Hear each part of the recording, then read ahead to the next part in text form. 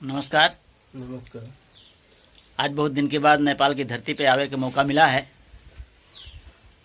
और आप सबसे मुलाकात करावे जाइत है। नेपाल से ही बिलोंग करत हैं माननीय भाई साहब मोहन थापा जी। आवे इनसे कुछ जानकारी हासिल करा जाए नेपाल के बारे में, इनकर बचपन कैसे बीता या इनकर यहाँ कैसे आगमन भवा नेपालगंज बाजार में है, तो आओ इनसे कुछ सलाह लिया जाए।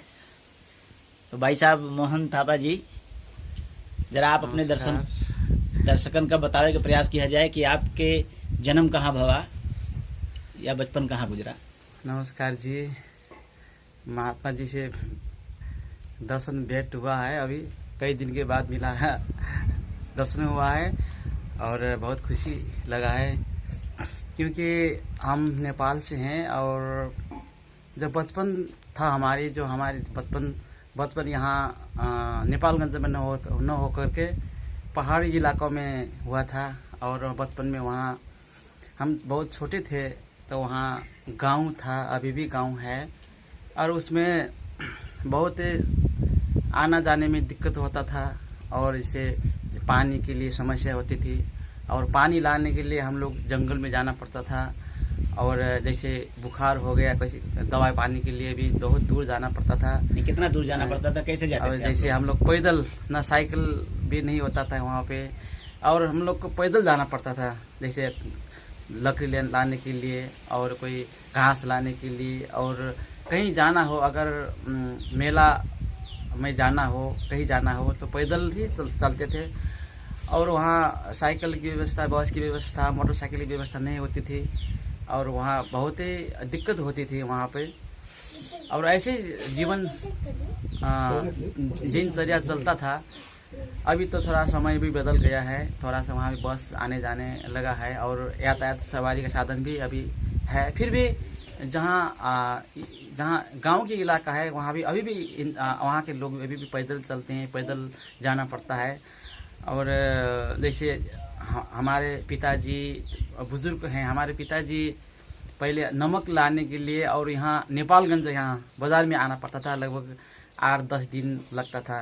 8-10 दिन लगता था पिताजी को नेपाल आने में, नेपालगंज आने में। नहीं जी। फिर यहाँ से नमक लेने के लिए नमक ले जाते थे और भेली, जैसे गुड़ बोलते हैं, भेली बोलते हैं, वो भेली भी लेकर जाते थे। बहुत महत्व होता है वहाँ, जैसे इंडिया से आता था वो भेली, और भेली और नमक लाने के लिए वहाँ से गांव से चलते थे हम लोग। जैसे जहाँ जंगल में चलना पड़ता था और चलते और जहाँ रात हो जाता था वहाँ पे रात गुजारो, बैठे, उसके बाद फिर सुबह हो जाता था, फिर चलते थे।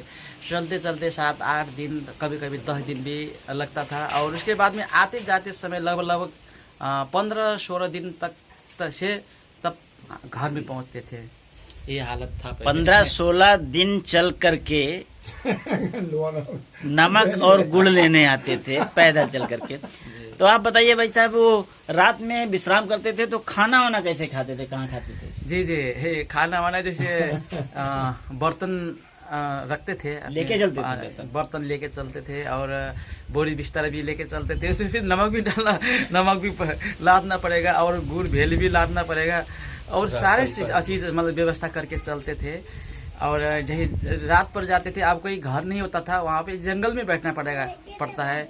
और रात में शायद बाघ भालू की भी डर था वहाँ, ऐसे मतलब बहुत सुरक्षा साथ चलना पड़ता था।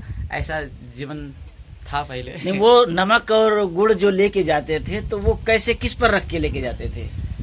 ऐसे जैसे यहाँ बोरी होता है, जैसे जूट की बोरी बोलते शायद।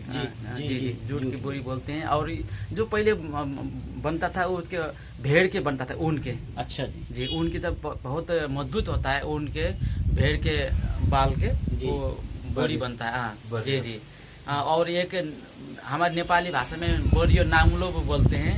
एक रस्सी होता है यहाँ लादने के लिए, रस्सी यहाँ से पीठ में बोकते, इसमें भी नहीं, सिर में भी नहीं बोलते, लेकिन पीठ में ऐसे बोरी लाद के, और एक रस्सी होता है, उस रस्सी बनाते हैं, बुनते हैं, जो जानते हैं वो लोग, वो रस्सी से लाद करके चलते थे।